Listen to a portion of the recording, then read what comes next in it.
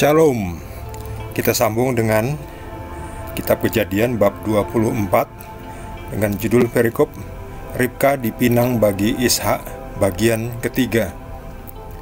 Di sini aku berdiri di dekat mata air ini, kiranya terjadi begini apabila seorang gadis datang keluar untuk menimba air, dan aku berkata kepadanya, "Tolong berikan aku minum air sedikit dari buyungmu itu." Dan ia menjawab, "Minumlah, dan untuk unta-untamu juga akan kutimba air." Dialah kiranya istri yang telah Tuhan tentukan bagi anak tuanku itu. Belum lagi aku habis berkata dalam hatiku, Ribka telah datang membawa buyung di atas bahunya dan turun ke mata air itu, lalu menimba air. Kataku kepadanya, "Tolong berikan aku minum." Segeralah ia menurunkan buyung itu dari atas bahunya serta berkata, "Minumlah, dan unta-untamu juga akan kuberi minum." Lalu aku minum, dan unta-unta itu juga diberinya minum. Sesudah itu aku bertanya kepadanya, "Anak siapakah engkau?" Jawabnya, "Ayahku Betuel, anak Nahor yang dilahirkan Milka." Lalu aku mengenakan anting-anting pada hidungnya dan gelang pada tangannya. Kemudian berlututlah aku dan sujud menyembah Tuhan serta memuji Tuhan, Allah Tuanku Abraham, yang telah menuntun aku di jalan yang benar untuk mengambil anak perempuan saudara tuanku ini bagi anaknya.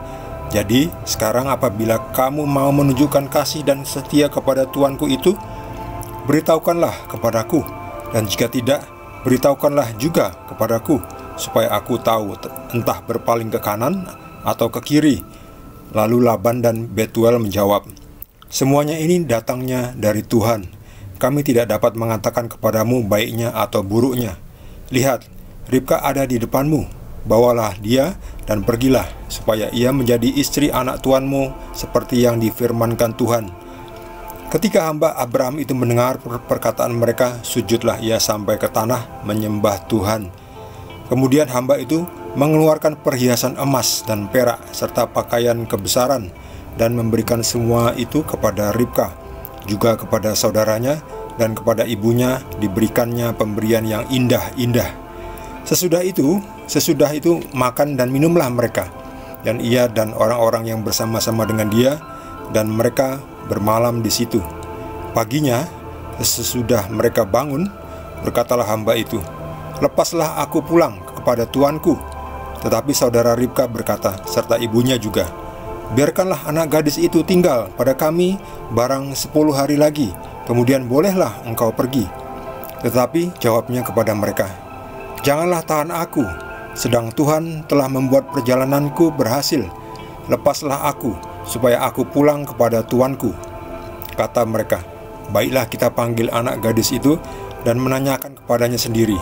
Lalu mereka memanggil Ribka dan berkata kepadanya, "Maukah engkau pergi beserta orang ini?" Jawabnya, "Mau." Maka Ribka saudara mereka itu dan inang pengasuhnya beserta hamba Abraham dan orang-orangnya dibiarkan mereka pergi. Dan mereka memberkati Ribka.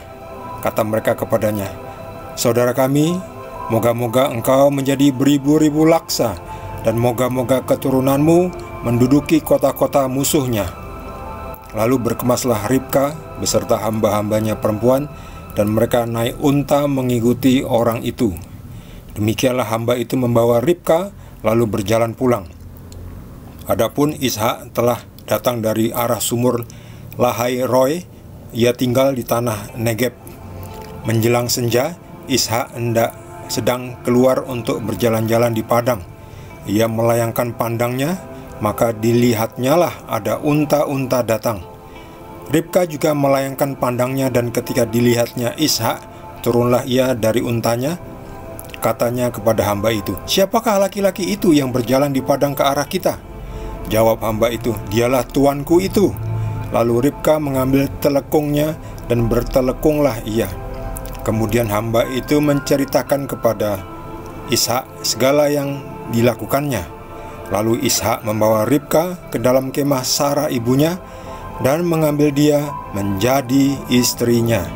Ishak mencintainya, dan demikian ia dihiburkan setelah ibunya meninggal. Demikianlah sabda Tuhan. Apa yang bisa kita pelajari dari bagian ketiga ini. Ribka dipinang bagi Ishak. Ishak anaknya Abraham, satu-satunya, ya, anak dari Sarah, istri yang sah, yang utama, istri yang terjanji. Ishak menjadi anak terjanji. Ribka menjadi istrinya Ishak. Ribka itu anaknya Betuel. Betuel anaknya Nahor. Nahor itu adiknya Abraham. Sehingga boleh dibilang Ribka itu adalah keponakan tingkat 2 dari Ishak. Ribka dipilih Tuhan untuk menjadi istrinya Ishak. Dipilih oleh Tuhan. Mengapa Ribka yang dipilih? Tentu Tuhan punya pertimbangannya. Salah satunya adalah Ribka orangnya rajin. Ribka juga perawan. Ribka orangnya sregep atau suka melayani, ringan tangan dalam arti suka melayani. Jadi itu akan sangat disenangi Tuhan. Juga tentu calon suaminya. Calon suaminya pasti senang punya istri yang rajin, yang sregep, yang suka melayani, yang suka menolong.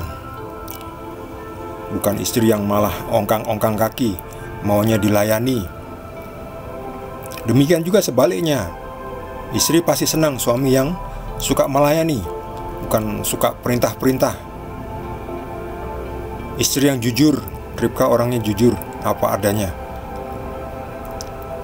tanpa tedeng aling-aling, berkata apa adanya. Orang yang jujur sekarang ini susah ditemukan. Jadi orang yang jujur itu nilainya tinggi. Susah sekali saat ini mencari orang jujur yang bisa diandalkan. Ribka setelah mengajak atau berbicara dengan hambanya, pelayannya Abraham di rumah ibunya, di rumah orang tuanya Betuel, dan juga kakaknya Laban. Ini dia. Jadi ini Ribka, ini hambanya Abraham, ini Betuel dengan istrinya, ini saudara-saudaranya perempuan, ini Laban. Setelah mereka berbincang-bincang, menceritakan, hambanya Abraham ini menceritakan bagaimana proses dia bisa menemukan Ribka, dan bagaimana Tuhan menunjukkan Ribka yang harus dipilih. Jadi hambanya Abraham ini menceritakan prosesnya. Jadi prosesnya ini bisa dilihat lagi, cukup panjang.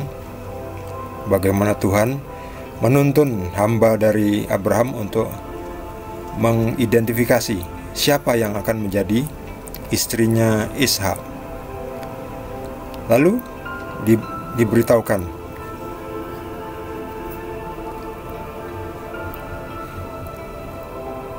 Laban dan Betuel,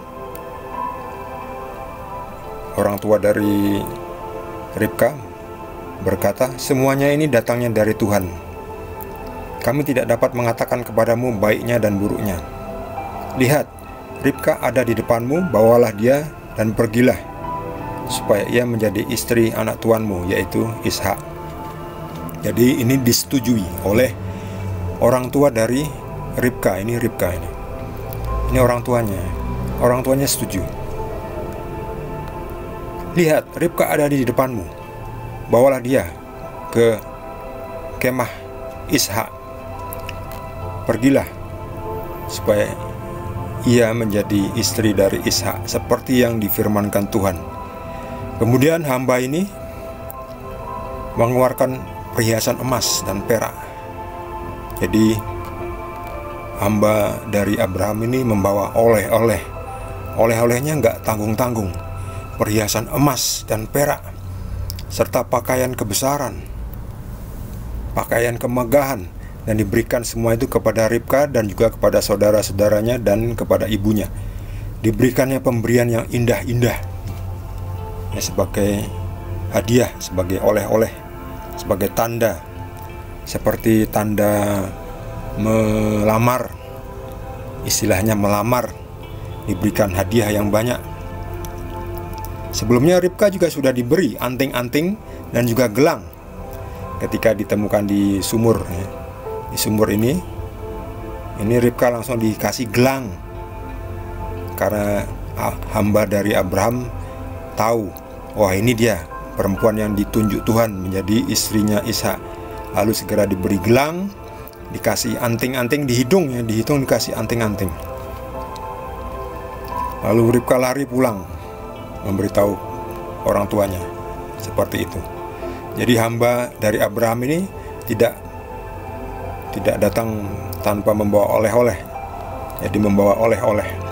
Ya, bagi kita semua yang tidak punya emas dan perak, ya kita tidak harus membawa emas dan perak, apa sajalah sebagai oleh-oleh. Nggak bawa pun nggak apa-apa. Kita datang dengan niat baik, itu juga sudah sebuah oleh-oleh kabar baik bagi Ribka ini yang akan dijadikan istri, yang akan dilamar. Ya, ada baiknya bawa oleh-oleh lah, nggak bawa tangan kosong. Tapi ya nggak bawa juga nggak apa-apa sebetulnya. Yang penting sudah niat baik. Ini kan sebuah kabar yang baik bahwa Ribka akan diambil istri oleh Ishak. Itu kan suatu rezeki ya. Zaman sekarang ini kan, saat ini, zaman ini susah mencari jodoh. Orang kadang salah pilih jodoh. Ribka mendapatkan jodoh yang sudah ditentukan Tuhan, jodoh yang terbaik, anak dari Abraham. Jadi mewarisi janji Tuhan. Dari Ribka ini nanti keturunan Abraham akan banyak, berlipat-lipat, seperti yang dikatakan oleh saudara-saudaranya Ribka. Mereka memberkati Ribka, saudara kami, semoga engkau menjadi beribu-ribu laksa, dan semoga keturunanmu menduduki kota-kota musuhnya. Sampai sekarang ini, keturunannya Ribka, keturunannya Ishak, keturunan Abraham dari Sarah yang mewarisi janji Tuhan, itu menduduki kota-kota musuhnya. Lihat saja Israel itu menduduki kota-kota musuhnya. Ya memang itu akhirnya memang karena diberikan oleh Tuhan untuk Israel. Tuhan yang punya tanah sebetulnya. Terserah Tuhan mau memberi kepada siapa. Sertifikatnya ada tertulis di surga atas nama Tuhan. Jadi Tuhan pemiliknya, Tuhan penciptanya, ya Tuhan pemiliknya. Terserah Tuhan mau ngasih kepada siapa. Manusia nggak bisa menolak, manusia cuma menerima. Jadi tanah Kanaan itu diberikan Tuhan kepada keturunannya Ishak, keturunannya Ribka, keturunannya Abraham, yang dari Sarah, istrinya yang sah, yang utama. Sampai sekarang ini ya, musuh-musuhnya itu masih nggak terima bahwa kota itu diduduki oleh Israel. Itu memang tanah terjanji. Kalau mau protes, berarti mereka itu protes kepada Tuhan, pencipta langit dan bumi. Setelah itu Ribka naik unta ke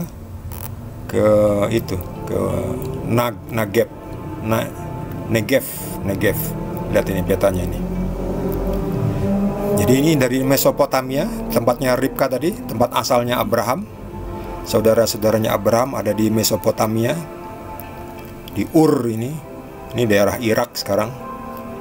Lalu mereka naik unta kembali ke sini, mungkin potong ke bawah ini langsung ke Negev di sini ya. Ya di sekitar sinilah Kanaan. Di Negev. Ya lumayan jauh ya, naik unta. Ini 300 km seperti ini, berarti dari sana ke sini sekitar 600 meter ya. 600 km. Ya dari Jakarta ke Jogja, Jakarta ke Solo. Naik unta, bayangkan waktu itu. Ini bisa berapa minggu itu. Atau berapa bulan.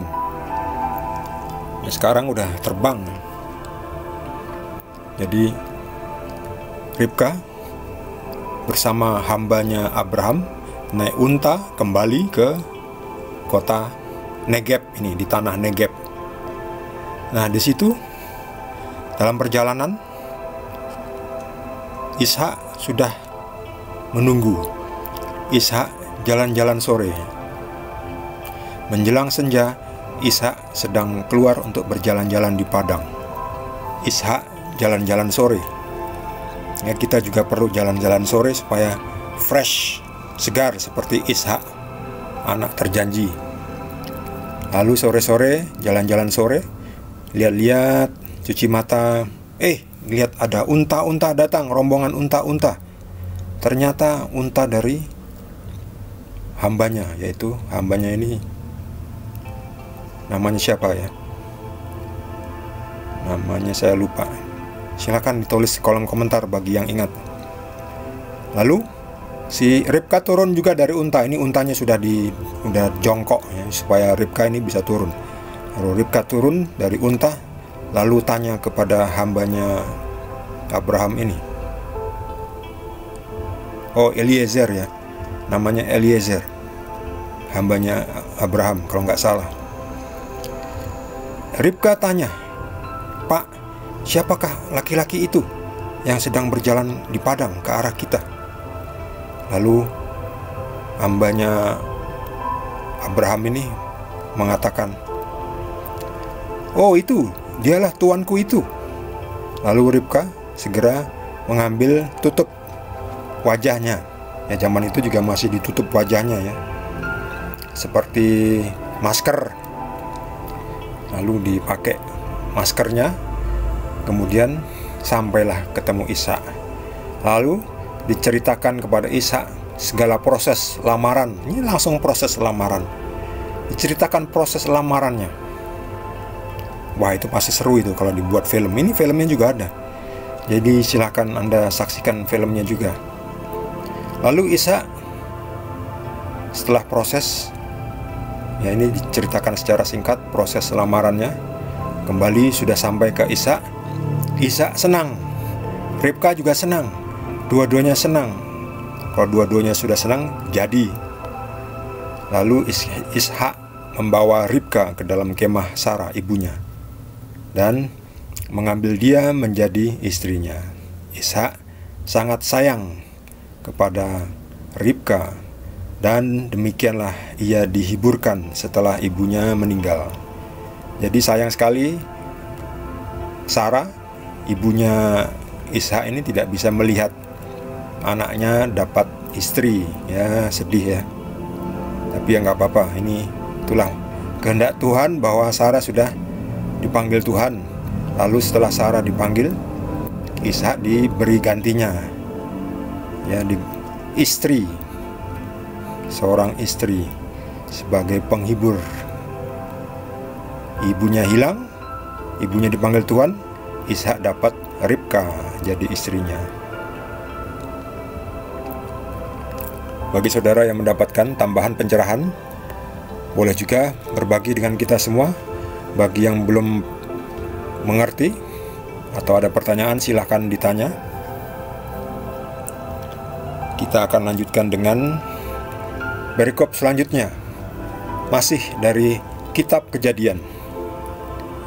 Jangan lupa di subscribe yang belum, dan juga di like.